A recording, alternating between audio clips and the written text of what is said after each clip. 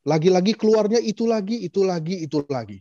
Mestinya kita sebagai lembaga kajian bisa mendidik masyarakat bahwa Indonesia sesungguhnya tidak pernah kekurangan pemimpin. Sehingga banyak sebetulnya nama-nama presiden yang bisa muncul ke masyarakat.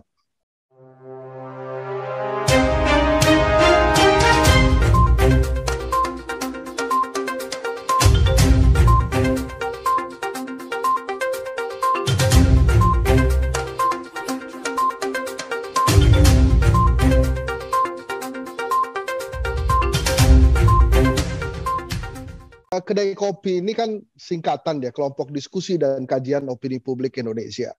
Jadi dari salah satu diskusi, salah satu peserta diskusi berseloroh mengungkapkan keberatan. Kenapa kemudian kita ini diatur oleh kelompok-kelompok masyarakat yang menginginkan calon presiden namanya itu-itu saja.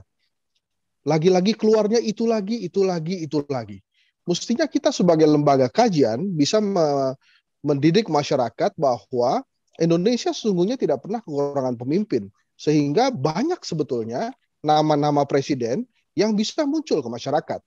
Akhirnya kami buatlah survei pertanyaan terbuka.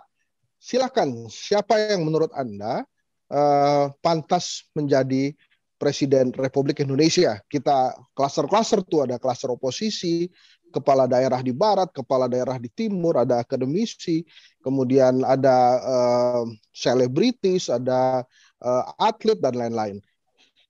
Muncullah keluar 500 nama. Begitu 500 nama keluar, muncul ke permukaan, baru ini agak heboh. Oh, ternyata Indonesia tidak pernah kekurangan pemimpin. Banyak sekali ternyata pemimpinnya.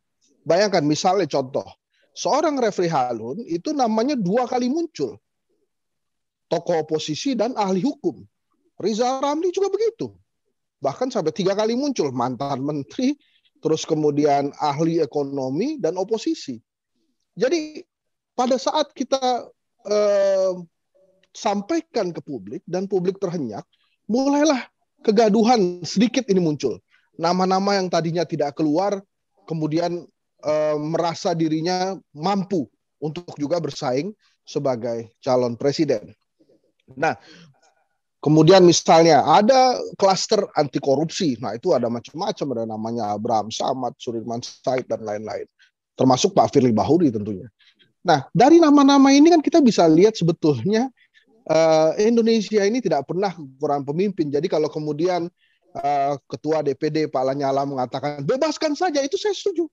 Jadi memang banyak kok, dan silakan saja, harusnya bisa siapapun yang maju gitu. Nah, sekarang kan problemnya, bukan problem lah, ini tantangannya adalah ada 2 skenario yang sebetulnya kita sudah sama-sama tahu, tapi belum ada kegiatan yang kita lakukan untuk menghambat ini. Yang pertama adalah skenario 3 periode, ya. Yang kedua adalah skenario yang katanya pemilu presiden akan diundur atas alasan pandemi misalnya. Nah, kalau misalnya 2 hal ini terjadi, sampai hari ini kan belum ada tuh hal-hal yang usaha-usaha kita mencegah itu. Kecuali ada hashtag tangkap Kodari aja, kasihan juga teman saya tuh. Nah, padahal kan ini sama saja pendapat gitu. Jadi menurut saya, Bang Refli, banyak orang mengatakan, ya termasuk saya berkali-kali mengatakan bahwa tujuan utama reformasi adalah membatasi keterpilihan presiden lebih dari 2 kali.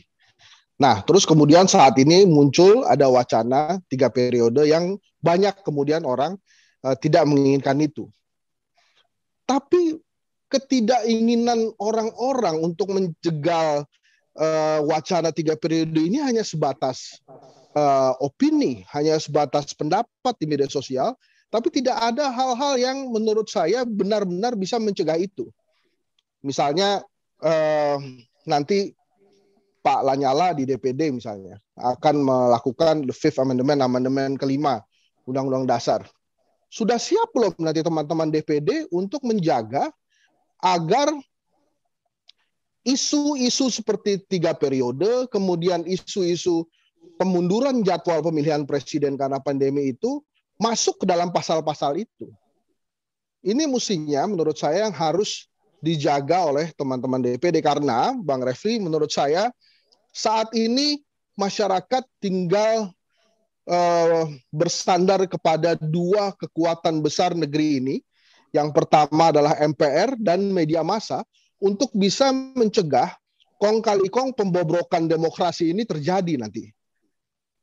Saya tidak ingin berdebat kenapa harus ada usulan 3 periode karena menurut saya sudah selesai. Saya tidak setuju sudah gitu. Tapi kemudian bagaimana dengan usulan untuk memperpanjang atau menggeser Pilpres dari 2024 ke 2027 katanya atas dasar pandemi? Ya ini kan juga hal-hal yang menurut saya juga berbahaya. Saya mendukung langkah Pak Lanyala untuk membuat sebesar-besarnya, seluas-luasnya kesempatan bagi siapapun pemimpin kita untuk bisa maju ke Pilpres. Tapi lagi-lagi yang perlu saya garis bawahi, kita semua sudah tahu akan ada skenario-skenario itu. Skenario 3 periode, kemudian skenario Pilpres diundur menjadi 2027. Nah, bagaimana? Siapkah nanti teman-teman DPD untuk mencegah tidak ada ayat-ayat yang bisa nantinya merugikan demokrasi itu sendiri pada saat amandemen kelima itu diajukan. Jadi mudah-mudahan nanti setelah acara ini selesai ada sebuah kesepakatan dan ada cara-cara yang memang yang dibuat atau yang dimiliki oleh teman-teman DPD untuk mencegah itu. Threshold sudah berulang kali disampaikan oleh Bang Riza Ramli, Bang Rocky Gerung untuk ditiadakan. Saya setuju. Nah, tapi sekarang, kenapa kemudian teman-teman partai politik sampai hari ini tidak berkomunikasi keras tentang ide 3 periode atau selentingan isu kemunduran atau dimundurkannya Pilpres 2024?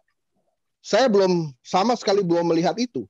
Apakah ada ketakutan di kalangan partai politik untuk kemudian bersuara keras yang seolah-olah akan menghalangi rencana-rencana besar para oligarki untuk meneruskan kelanggengan kekuasaannya di Indonesia. Nah itu yang menurut saya sampai hari ini belum lihat. Lagi-lagi Bang Refli, mudah-mudahan skenario-skenario yang sudah kita ketahui ini, kita punya nih cara jitunya untuk menghilangkan atau menggagalkan skenario-skenario itu. Termasuk, mohon maaf Pak Ketua Lanyala, harus mampu Anda dan teman-teman DPD mencegah agar tidak ada ayat-ayat atau pasal-pasal selundupan yang kemudian akan merugikan demokrasi bila nanti amandemen kelima Undang-Undang Dasar 45 itu disetujui atau disahkan.